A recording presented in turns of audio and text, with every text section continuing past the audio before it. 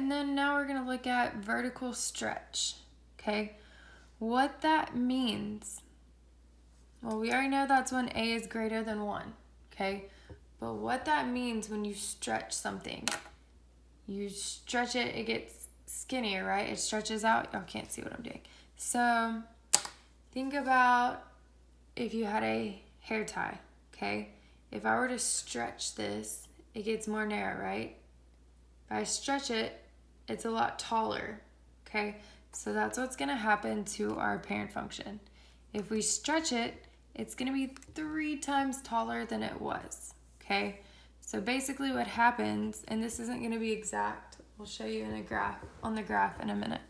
So our parent function is no longer like this, we're now stretching it and it's gonna be a lot more narrow.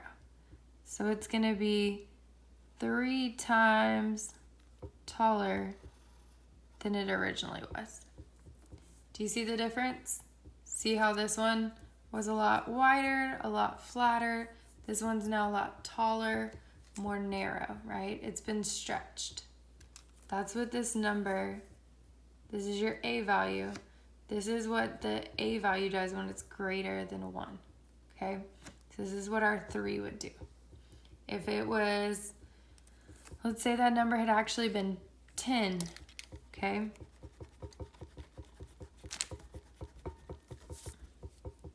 Ooh, I went all over. If we had y equals 10 times the absolute value of x, well, now it's being stretched 10 times taller. So it's gonna be even more narrow, right? And these aren't exact, I'm just trying to give you an idea, okay? The reason I have a few more examples down here is these are different ways you can look at it. You can see a vertical stretch as well, okay? 4/3, you see a fraction, right? So a lot of y'all think that's less than 1, but 4/3, the number on top, right, your numerator is bigger than the number on bottom, your denominator, then this is actually greater than 1, okay? Because 3 can go into 4 one time with 1/3 left over. 1 and 1/3 is greater than 1, right? So just because you see a fraction doesn't always mean that it is less than 1. This one happens to be greater than 1. So if we were to graph that, it's only being stretched slightly more, right? So we would just have a little faint stretch. Okay? And then over here, with y equals -2 times the absolute value of x, the negative has nothing to do with whether this 2 is greater than or less than 1. Okay, we're looking at just the A value when we determine that. This negative, we know means it's going to be reflected down. The 2, we already know the negative, it's done its job, it's going to make it reflect. So we're no longer looking at the negative, we're looking at the number. That 2 is greater than 1, so we are going to have a stretch. So it's going to reflect down and then get more narrow or be stretched taller this direction, vertically, right? Last but not least, we have our vertical compression. Okay, vertical compression is when that A value out front is less than 1. Okay, so example of that would be 2/3. 2/3 is less than 1, okay? 2/3 doesn't make 1 whole, so it is less than 1. So when that happens, instead of your graph being stretched, like a vertical stretch, a vertical compression, it's gonna kind of do the opposite. It's gonna get a little flatter, okay? It's gonna be compressed downwards, so your graph is gonna actually flatten a little bit more. So instead of looking like our parent function, we're now gonna be compressed. And it's gonna be a lot wider, a little flatter vertically, okay? So that's all that your vertical compression does. So what you guys wanna be able to do is you wanna be able to look at an equation and tell me what type of transformations occurred to the parent function. Okay, so you could graph this and you could look at it as well. Remember, you guys can go to desmos.com, desmos.com, and you can look at the functions on a graph, right? So desmos.com is great. It's also very simple if you learn the rules to look at an equation and be able to tell me what type of transformations are occurring just based on the numbers and the signs that you're given. Okay, so if I were to look at this equation, I know since I have a negative, right, that negative is telling me that this function is going to reflect across my x-axis. It's going to open downwards, right? It's being reflected across the x-axis. Oh, I'm running out of room. It's being reflected across my x-axis. This 2 here, right? The 2, this is my A, right? This is in place of my A. If you want to look at the chart we had earlier, the A, that's where my 2 is, okay? So the A is going to tell me whether we have a vertical stretch or a vertical compression. Or if you remember our notes from earlier, if A is greater than 1, it's a vertical stretch.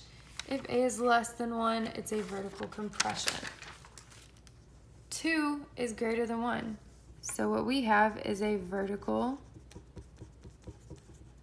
stretch. And then this 3, it's positive. Okay, it's being added over there. So my plus 3 is going to tell me that we have a vertical shift and we are going up because it's positive.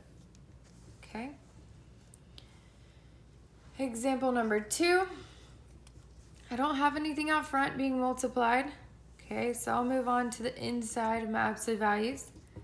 I have x minus 1 inside of my absolute value sign. So that minus 1 tells me that I have a horizontal shift, and minus 1 takes us right 1. This plus 4, outside of my absolute values, plus 4 means that I'm going to have a vertical shift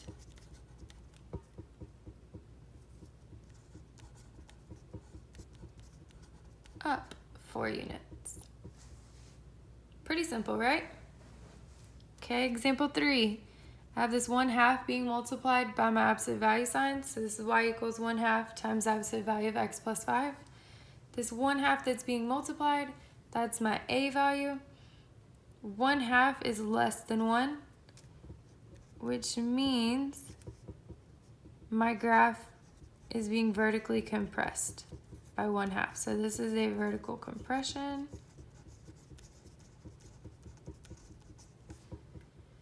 And then the plus 5 inside of my absolute value signs means that I have a horizontal shift and I'm going left 5 units. Okay. Example 4. We have a negative out front. So that negative tells me that we are going to reflect across my x-axis. The plus 2 inside of my absolute value signs tells me that I have a horizontal, erase desmos.com. I have a horizontal shift it's plus, so I'm going left again, 2 units. And then this plus 6 at the end outside of my absolute values, that tells me that we have a vertical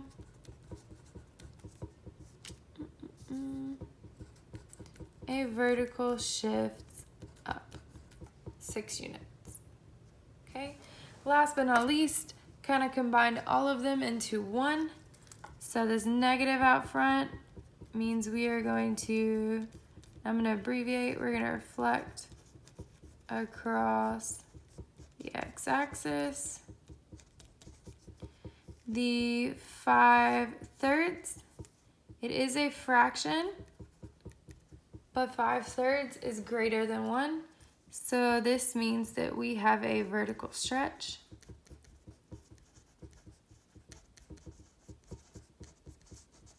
of a factor of 5/3. This -8 inside of my absolute value signs means that I have a horizontal, I'm abbreviating again, so I have a horizontal shift of 8 units to the right. And then the -2 outside of my absolute value signs. So the -2 means that I have a vertical, I'm abbreviating, shift down 2 units.